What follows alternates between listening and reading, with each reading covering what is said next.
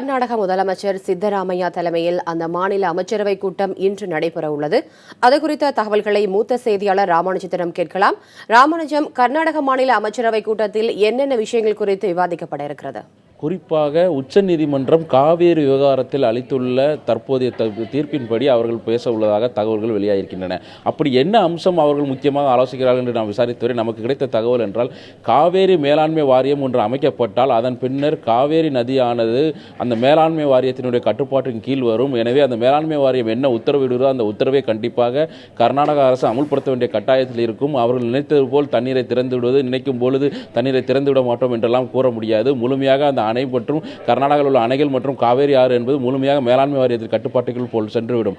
அப்படி காவேரி வாரியம் மேலாண்மை வாரியம் உத்தரவுகளை அவர்கள் செயல்படுத்த மறுத்தால் அதனுடைய காவேரி நதிநீர் ஆணையத்திற்கு இந்த பிரச்சனையானது எடுத்து செல்லப்படும். அந்த நதிநீர் ஆணையம் என்பது கர்நாடகத்தினுடைய, அதாவது இந்திய பிரதமர் அதனுடைய தலைவராக இருப்பார், மற்ற மாநில முதல்வர்கள் எல்லாம் அதனுடைய உறுப்பினர்களாக இருப்பார். எனவே பிரதமர் மத்திய அரசினுடைய அதிகாரத்தை பயன்படுத்தி ஒரு இறுதி முடிவை எடுக்க முடியும். இந்த சூழ்நிலையில் காவேரி ஆறானது தற்பொழுது கர்நாடகாவின் கட்டுப்பாட்டில் இருக்கிறது. இது தங்கள் கையை விட்டு சென்று விட்டால் தங்களுடைய அவர்கள் முக்கியமாக காவேரி பிரச்சனையில் தண்ணீர் திறந்து விடுவதும் விட முடியாது என்று கூறுவதெல்லாம் எதிர்காலத்தில் எதிரில்லாமல் முடிகிறோம். இந்த சூழ்நிலையில் தான் இது குறித்து விவாதிப்பதற்காக மேலாண்மை வாரியம் வந்தால் என்னென்ன பிரச்சனைகள் வரும் என்பது குறித்து விவாதிப்பதற்காகவும், அது மட்டும் இல்லாமல் உச்சநீதிமன்ற தலைமை நீதிபதியை நேரில் பார்த்து காவேரி பிரச்சனை தொடர்பாக முதலில் முறையிடுவது, மேலும் மறுசீராய்வு மனுவினை கான்ஸ்டிடியூஷன் பெஞ்ச் என்று அழைக்கப்படக்கூடிய அந்த பெஞ்சிற்கு எடுத்து சென்று அங்கிருந்து மீண்டும் வேறொரு தீர்ப்பை பெறுவதற்கான முயற்சிகளை தீர்ப்பதற்காக இந்த அமைச்சரவை கூட்டமானது கூறுகிறது. அது மட்டும் இல்லாமல் இன்று மாலை 5:30 மணி அளவில் பார்த்தீர்கள் என்றால் இன்றைய அனைத்து கட்சி கூட்டத்தையும் கூட்டியிருக்கிறார் கர்நாடக முதல்வர் சித்தராமையா.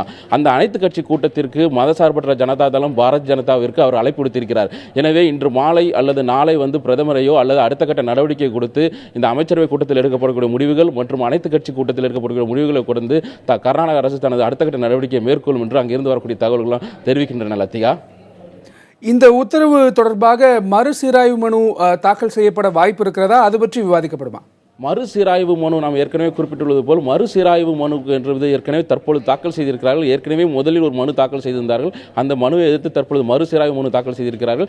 மேல்முறையீடு என்பது, அதாவது தலைமை நீதிபதியை பார்த்து கான்ஸ்டிடியூஷன் பெஞ்ச் கூட 7 நீதிபதிகள் கொண்ட அமர்வுக்கு மாற்றுங்கள், முழுமையாக விசாரணை நடைபெற வேண்டும். குறிப்பாக கர்நாடகத்தினுடைய பிரச்சனைகள் என்ன? கர்நாடகா வைக்கக்கூடிய மிக முக்கியமான பிரச்சனை என்பது குடிநீருக்கு தேவையான அளவு நீர் இல்லை. எங்களால் 50 TMC, தமிழக அரசு 50 TMC தண்ணீர் தேவை என்று கேட்கிறது.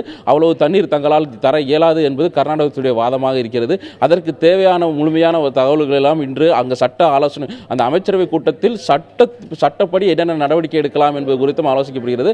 அதன் அடிப்படையில் தேவைப்பட்டால் என்ன செய்யலாம், நீதிமன்றத்தை நாடுவதா அல்லது பிரதமரை சந்திப்பதா என்பது குறித்தெல்லாம் தெளிவான ஒரு இறுதி முடிவு இன்று அனைத்து கட்சி அமைச்சரவை கூட்டம், அதை தொடர்ந்து நடைபெறக்கூடிய அனைத்து கட்சி கூட்டத்தில் எடுக்க வாய்ப்பு இருப்பதாக தகவல் வெளியாகியிருக்கு. கணேஷ், ராமானுஜம், தற்போது கர்நாடகாவில் சட்டம் ஒழுங்கு நிலை எப்படி இருக்கிறது?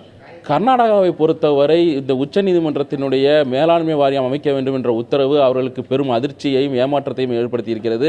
அதன் காரணமாக பல்வேறு இடங்கள், மைசூரு, மாண்டியா, பெங்களூரு போன்ற இடங்களெல்லாம் பல்வேறு கன்னட அமைப்புகள் மற்றும் அங்கே இருக்கக்கூடிய விவசாய சங்கங்கள் சார்பில் ஆர்ப்பாட்டம், போராட்டங்களாக நடைபெற்று வருகின்றன. இதற்கிடையே சட்டம் ஒழுங்கு பிரச்சனை, ஏற்கனவே கடந்த முறை சட்டம் ஒழுங்கு பிரச்சனை ஏற்பட்டு அங்கு பல்வேறு பேருந்துகளுக்கு தீ வைக்கப்பட்டன, லாரிகள் அடித்து நொறுக்கப்பட்டன. இதனால் தமிழர்களுடைய வாழ்வாதாரம் அங்கு கேள்விக்குறியாகியது. எனவே அங்கு இருக்கக்கூடிய தமிழர்களுக்கு உரிய பாதுகாப்பு இல்லை என்று நம் தமிழகத்தினுடைய முதல்வர் ஜெயலலிதாவும் கடிதம் எழுதியிருந்தார். இது பல்வேறு பிரச்சனையை, பெரும் சர்ச்சையை கிளப்பியது. இந்த சூழ்நிலையில் சட்டம் ஒழுங்கை உடனடியாக பாதுகாக்க வேண்டியது இரு மாநில அரசுகளின் பொறுப்பு என்று உச்சநீதிமன்றம் தெரிவித்திருந்தது. அதன் அடிப்படையில் பார்த்தவென்றால் பெங்களூர் மாநகரில் மற்றும் 144 தடை உத்தரவு இன்னமும் அமலில் இருக்கிறது. தடை உத்தரவு அமலில் இருந்தாலும் போராட்டங்கள் அதிக அளவில் நடைபெற்று வருகின்றன. அங்கு இருக்கக்கூடிய தமிழகத்தில் இருந்து கர்நாடகாவுக்கு செல்லக்கூடிய அனைத்து வாகனங்களும் தமிழக பதிவு எண் கொண்ட வாகனங்கள் எல்லாம் நிறுத்தப்பட்டிருக்கின்றன. அதேபோல் கர்நாடகாவிலிருந்து தமிழகத்துக்கு வரக்கூடிய எண்களும் மிக குறைவாகவே இயக்கப்படுகின்றன. இந்த சூழலில் தான் தற்பொழுது இந்த அனைத்து கட்சி கூட்டம் போன்றவர்களும் இருக்கிறது. 144 தடை உத்தரவு இருந்தாலும் அங்கு சட்டம் ஒழுங்கு இன்னமும் சீரடையவில்லை என்ற கருத்தை தான் அங்குள்ள பல்வேறு அமைப்புகள் தெரிவித்து வருகிறார்கள். தமிழ் அமைப்புகள் தமிழர்களுடைய பகுதியில் அதிக பாதுகாப்பு வழங்க வேண்டும் என்று தெரிவித்திருக்கிறார்கள். பெங்களூர் மாநகரில் மற்றும் 15,000க்கும் மேற்பட்ட போலீசார் பாதுகாப்பு பணியில் ஈடுபட்டிருக்கிறார்கள். குறிப்பாக மடிவாலா, கோரமங்கலா, ஆடுகோடி, சாந்தி நகர் போன்ற இடங்களாம் தமிழர்கள் அதிகமாக வசிக்கிறார்கள். தென்பகுதியில் இருக்கிறது.